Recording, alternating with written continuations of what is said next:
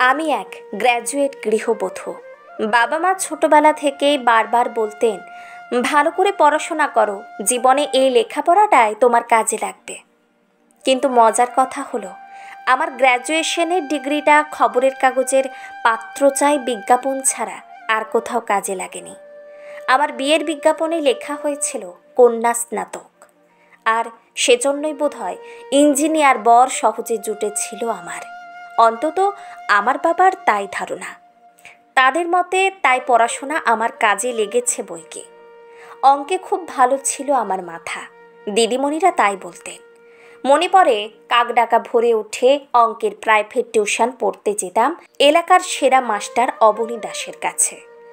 স্যারও বলতেন, অঙ্কে তোর এত ঝোঁকটা খুব কাজে আসবে, দেখবি তুই একদিন অঙ্কের প্রফেসর হবি। আজ হাসি পায় সেসব ভাবলে। হ্যাঁ, অঙ্ক কাজে এসেছিল তো। 30 বছরের সংসার, নুন তেল ধোপা মুদি সব কিছুর হিসাব রাখতে অনেক কাজে লেগেছিল অঙ্ক। আমি বাংলা নিয়ে পড়েছিলাম, বাংলায় অনার্স। বড্ড ভালো লাগতো। কলেজের প্রফেসররা বলতেন আমার ঝোঁক দেখে, এই ভালো লাগাটা বাঁচিয়ে রেখো যত্নে, ভবিষ্যতে কাজে আসবে। হ্যাঁ, সেও কাজে এসেছে।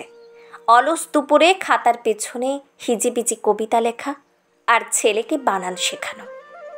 খুব দুঃখ ছিল আমার, বড্ড আক্ষেপ ছিল। প্রায়ই ভাবতাম কি দরকার ছিল পড়াশোনা করার, শিক্ষিত হবার, ছেলে বড় করা, হেসেল ঠেলা আর সংসারে সকলের মন জুগিয়ে চলার কাজ করে যে মানুষগুলো সারা জীবন ধরে, তাদের তো এত কিছু লাগে না।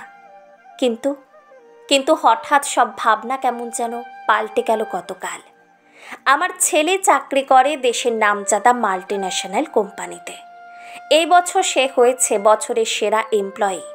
গতকাল গেছিল পুরস্কার নিতে। মঞ্চে উঠে সে বলল, এই পুরস্কার উৎসর্গ করলাম আমার মাকে। আমার মায়ের শিক্ষায় আমায় আজ জীবনে সাফল্যের পথে এগিয়ে দিয়েছে। নিজে শিক্ষিত না হলে হয়তো এভাবে সন্তানের মধ্যে আলো জ্বালিয়ে দেওয়া যায় না। আর তাই আমিও আজ চেষ্টা করি আমার মধ্যে থাকা শিক্ষাটুকু অন্যদের মাঝে ছড়িয়ে দিতে, কোম্পানিতে যোগ দেওয়া সব নতুন ছেলে মেয়েদের মাঝে প্রসারিত করতে।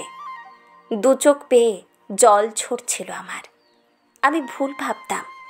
আমার শিক্ষা আমার অন্তরের আলো বিফলে যায়নি। আমি পেরেছি আমার উত্তরসূরিকে এই শিক্ষার আলো পৌঁছে দিতে। শিক্ষা মানে তো শুধু ডিগ্রি নয়, বা কেবল সেই ডিগ্রি কাজে লাগিয়ে চাকরি করা নয়। শিক্ষা এক আলো, যে আলো এক প্রজন্ম থেকে অন্য প্রজন্মে যে পৌঁছে দিতে পারে, সেই আসল শিক্ষিত।